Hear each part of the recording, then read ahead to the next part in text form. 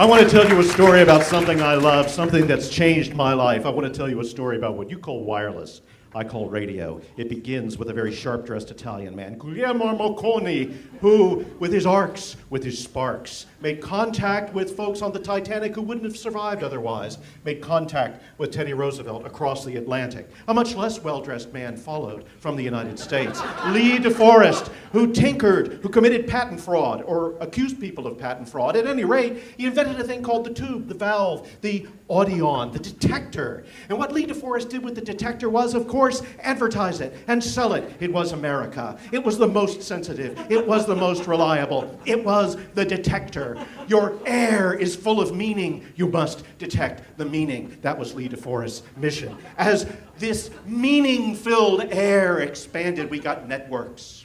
We got the National Broadcast Company. We got the Columbia Broadcasting System. As the networks grew, inevitably, here comes Orson Welles, The War of the Worlds, 1938, the first big hoax, the first big parody, the first big thrill, the first big horror story on the radio. But it was prophetic as well. Shortly thereafter, we're looking at radio during World War II, bringing a nation together, giving us something besides fear. What do we need to hang on? We need Reveille with Beverly. That's what we had. 6 pianos, many violins, and the voice, the chairman of the board, Mr. Frank Sinatra, who persisted into the 1950s. Lucky strike, it's toasted. What does that mean? Do you smoke toasted cigarettes? I don't know, but you could hear it on the radio. Frank Sinatra, Light Up Time, the chairman of the board. And in the 1950s, it changes again. It's Dewey Phillips, WHBQ, in Memphis, playing a little song by a guy named Elvis Presley. That's all right, Mama. The phones light up. The airwaves explode. People get nervous. More networks start to appear. Regional networks of astounding regional music. Philadelphia, it's soul, it's 45 RPM, you can dance to it. It's an extraordinary explosion of regional musical invention. And it continues into the 1970s. AM radio is king. WROV 1240 AM in Roanoke, Virginia. Oh Lord, 1240. Bart Prater, the king of the local AM radio DJs, who taught me never puke when you announce, and things move forward in time. Thank you, Bart. I took this with me to WFDD FM in Winston-Salem, North Carolina. National Public Radio, NPR, 88.5 on your radio dial. Playing progressive music for the Triad. Playing Big Star for Winston-Salem. And then, automation. Then corporate takeovers, not learning management systems, network management systems, radio management systems, walled gardens, automation, content, delivery, commodities, and then the revolution. It's iPods.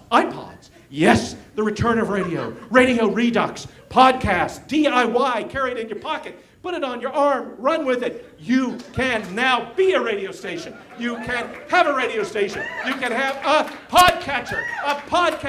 That's your tuner, that's your detector, that's your audion patent fraud. Brilliance. It is a podcatcher. It looks like Windows 3.1, but don't look at that.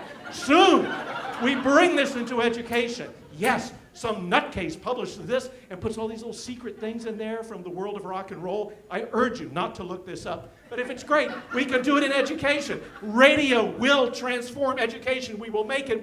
It's Clear Channel again. Apple, are they the Clear Channel of the 21st century? I ask you, I don't know. What happened to RSS?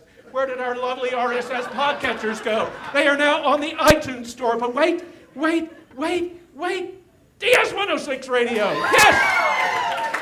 You've heard of Radio Caroline. You've heard of Radio London. This is pirate radio for the 21st century. Make radio. Make pirate radio. Tune in right now. Well, no, not right now, but soon. And when you're looking at your handheld device, look what you got. You got Radiolab.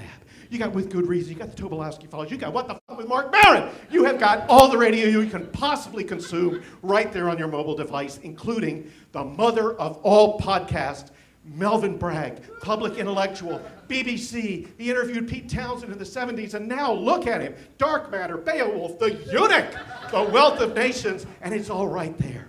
All right there on your podcatcher, in your pocket. The spirit of radio will not die. You call it wireless, I call it radio. It is a worldwide mind. Thank you. Woo!